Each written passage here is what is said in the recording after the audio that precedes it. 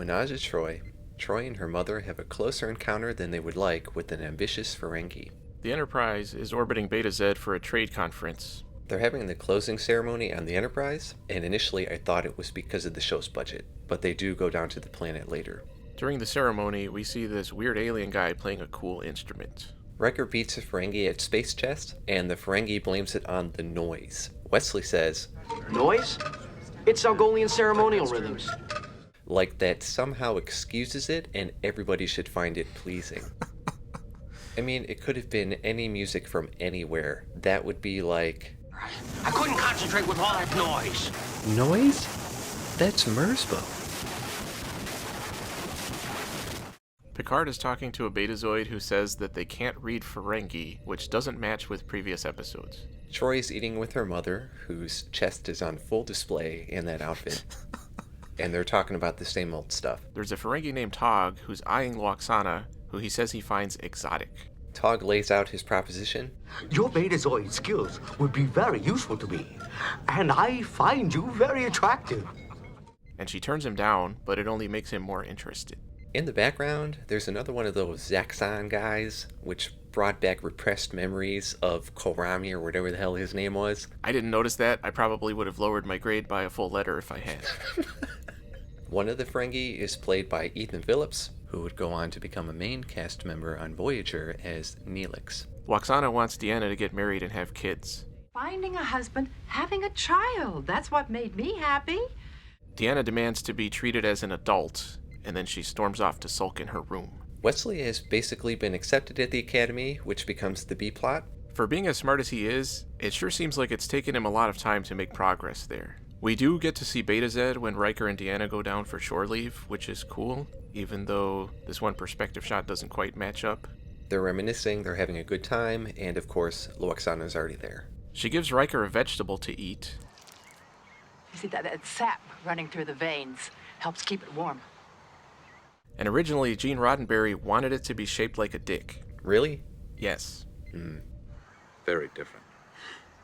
Riker does bring up Manhunt, where Lwaxana was looking for a husband, which she just kind of blows off. So tell us, Lwaxana, the last time we met, you were looking for a husband. Have you had any luck? Alas, no. But what happens to me isn't important.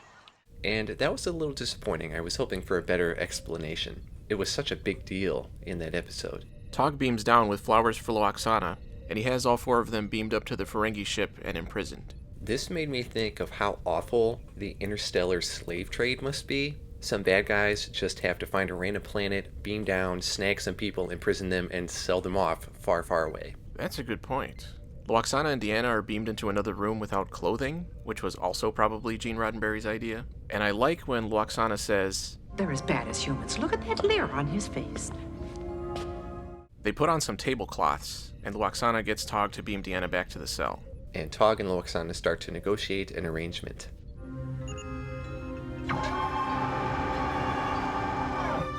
Meanwhile, Wesley is depressed about the idea of not being posted to the Enterprise when he graduates, but Geordi and Data try to encourage him. You're gonna meet new friends and have adventures that you can't even imagine yet. Riker is working on his own escape attempt through the intense and brutal method of chess.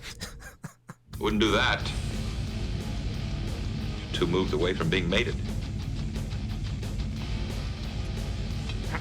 See? Listen to me. Pawn to King's Bishop 3. Queen's left. Lwaxana and Tog's negotiations are still happening, and I like that she chose to keep linking Deanna into the whole thing. Riker tells the guard that he will only finish the game if he is let out of the cell, and then he knocks the guard out off-screen. The music throughout here was mimicking the ceremonial music from before, which I thought was a nice touch, and it actually ties into the plot itself later.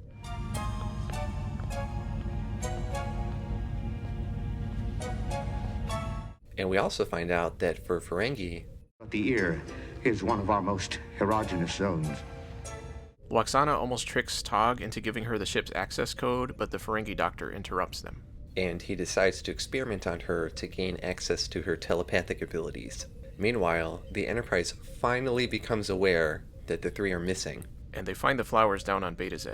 Data figures out the flowers are from a Ferengi outpost, so they immediately know what happened. And I like how they keep carrying around these flowers. They end up leaving them on Picard's desk and leave the room.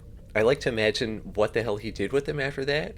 Lwaxana starts getting brain scanned while Riker attempts to send out a signal by messing with the Ferengi subspace something or other. Wesley's off to a good start by being over an hour late to his departing ship for the Academy exam. But you'd better get aboard the Bradbury. They were ready to break orbit an hour ago.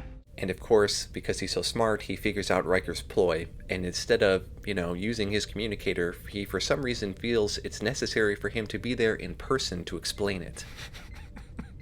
Wesley figures out that Riker is sending signals in the same rhythm as the music that the guy was playing at the beginning. Why the f*** would Riker choose to send a message like that? What about freaking Morse code? And they say it had to be something that the Ferengi would dismiss as static, but it's just a bunch of pops. It's going to be a bunch of pops no matter what pattern he's using. Riker and Deanna get into the area that Lwaxana is in, but Riker is easily disarmed. He seems really pathetic in this scene. Lwaxana makes a deal to stay with the Ferengi if they let Riker and Deanna go. And on cue, the Enterprise shows up right at that moment. When Riker and Deanna are beamed back, Picard contacts Tog. When will you get it through your thick head that it's over between us, Jean-Luc?